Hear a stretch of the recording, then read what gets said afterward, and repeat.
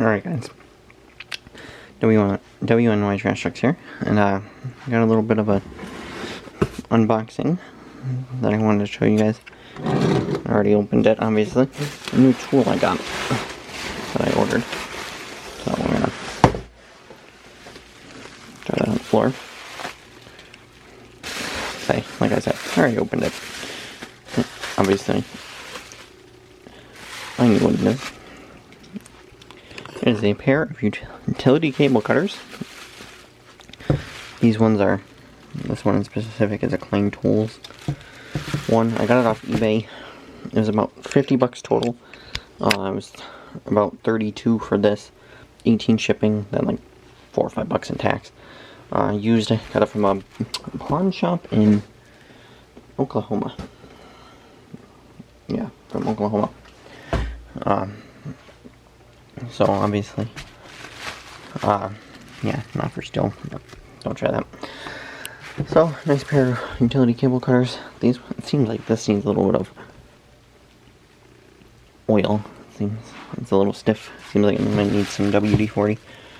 So, nice pair of utility cable cutters. It's a good size opening.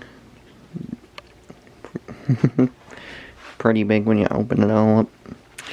But I got it for the tool, or for the purpose of copper and aluminum.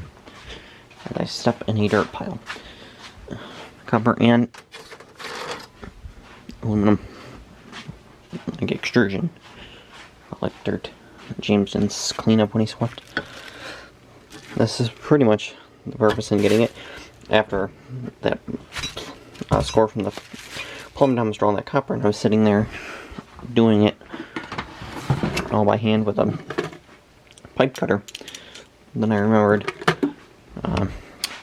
Scrap Vulture, he made a video about how he got himself a pair. He got I'm pretty sure his were a bigger pair.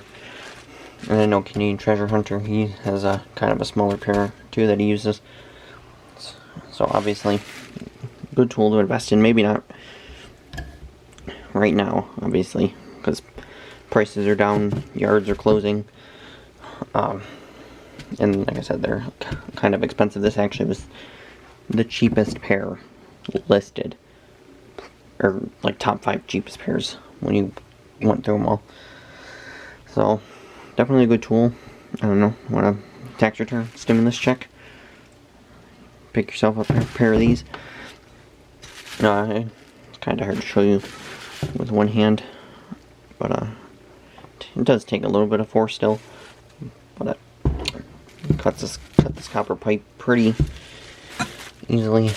I haven't tried it with a piece of aluminum yet, but although obviously with a pipe cutter it'll cut it flush. This kind of crushed it a bit, so if there's like a piece of brass on the end or something and you want to slide it off, you still need to use a pipe cutter, because this kind of pinched it, which obviously doesn't matter for scrap purposes if it's just, or if you're like cleaning up a piece, right, piece of number 2 you need to get number 1 out of it. But then for extrusion, I figured crutches or like Swiffers. I know we have some Swiffers where, like, because with Swiffers on the very end it's got the plastic caps where all the poles connect together. So obviously you can just like snip that off and clean it off real quick. Like there's some of the extrusion in the back there does. Some of it probably will need to be cleaned up, so I figured. And this is a good pair, good company.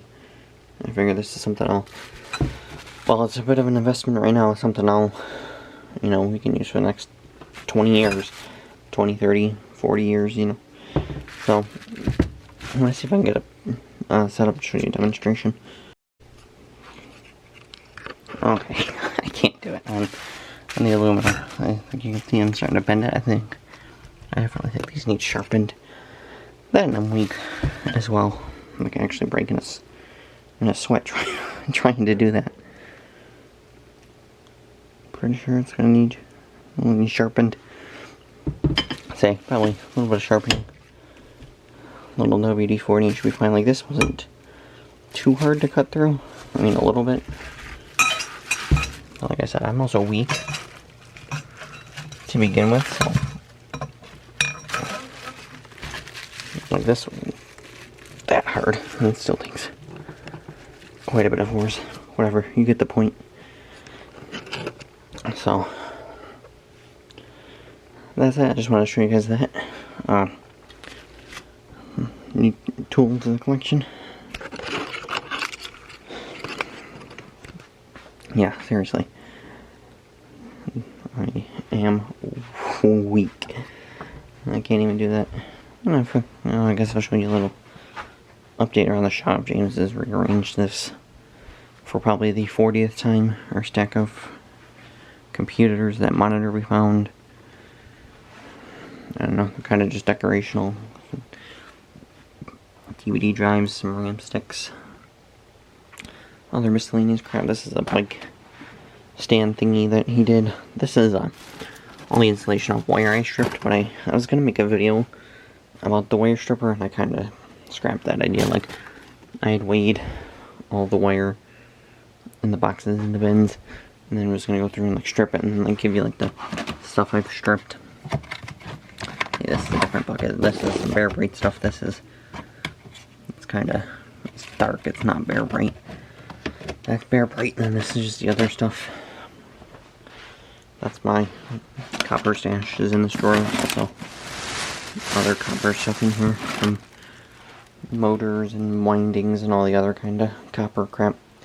This one's missing the bottom drawer on it though. This is from those inverter thingies. Like I said, these things are brand new. They're still just sitting out in the shed at the moment. And like I said, I was going to make a video about all the copper I got from stripping, the differences and all the prices like a lot of people do in their wire stripping videos. So you gotta mount it on a board that's too long, like snips on the ground. I took one of the buckets out, put the wire in this. It makes more sense, although I'm not going out, so I'm not getting anything. Shred stuff. This is stainless steel. Dirty brass, number 2 copper. I had to go to a bigger bucket for number 1.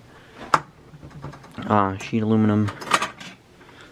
Cast, more cast, sheet. That's Cat 5, I'll have to go through that. Again, this is all brass. A lot of brass. We just added some more too. Added some more on top of it too. Is when it was $1.25 a pound, it was about 50 bucks. So it's down to 95 freaking cents. All the yards are pretty much closed anyways, except for industrial customers, which is pretty much the roll-off services and stuff. That's dirty aluminum. Extruded, some cast on top. That stuff might go as number 1. I don't know, up to them. That's the actual is number 1 bucket. Bottles. That's really it, because we haven't gone out in probably 3 weeks now, due to the current situation. And I have my motherboards and board sort stuff. This is mid-grade boards. And then kind of the probably higher grade stuff. When we went through all the power supplies, all the copper that needs to be dealt with.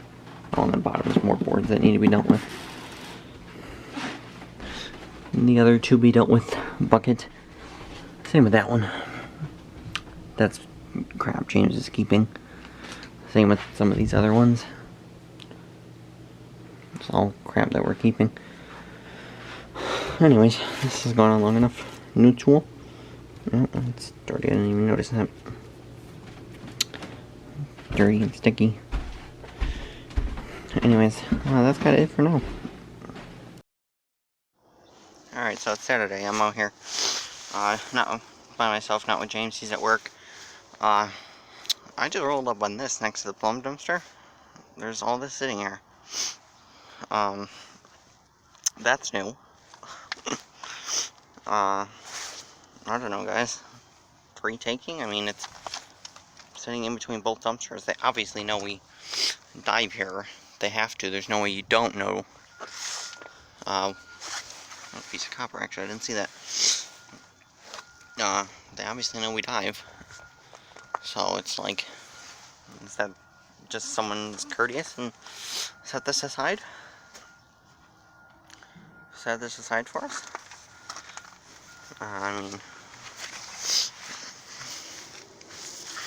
that's a piece of copper right there. Oh, there's a vacuum buried under the concrete, of course. Some more illegal dumping, it looks like. I'll have to show it the other complex too. Someone's doing illegal dumping. It's going to ruin it for us here eventually. What do you know? For the taking? I mean, it's, like I said, in between the dumpsters. They know they have to know that someone comes through here. Hey, was it courteous? We don't have to sit there and dig through all their dirty dumpster? I don't know. I guess if it's, I don't know. I don't want to leave it. Like, I don't want to leave it for tomorrow and someone else comes through here and takes it, which I don't think is going to happen. I don't think, like, I'm pretty sure no one else does these dumpsters. But, yeah, Bingo was his name, though.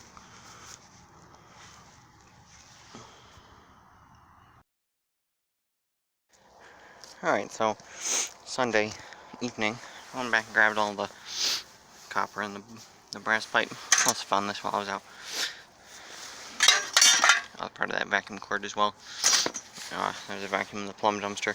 Like I said, this was next to it. I filmed that clip and then actually I ended up getting spotted. I should have known because there was a car in the parking lot that's never there. And one of the employees came back. I mean, he didn't say anything. Kind of looked at each other and I just kept going on what he was doing. I left because there was no reason obviously to stay. But then I figured I'll check back today if it's still there.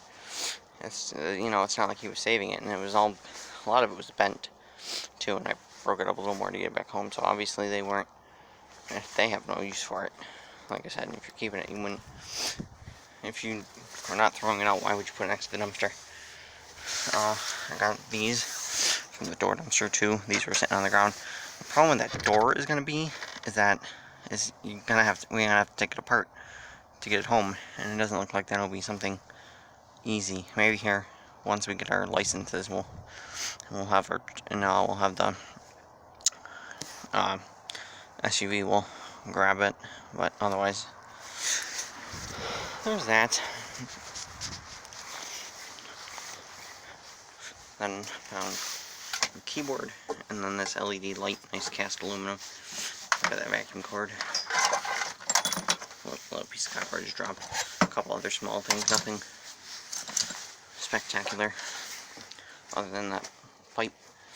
Then this Israel stainless steel trash can came from our neighbor. We're coming back when we got these, and I seen this and I'm like, hey, grab it, it's real stainless, why not? Although I gotta clean this off, clean it up, which is too bad the bottom's not stainless, because then we have a little bit of other stainless. We could just throw it in here, but then clean it up, organize these better to deal with at some point, but it's kind of cold. So that was that. See you guys.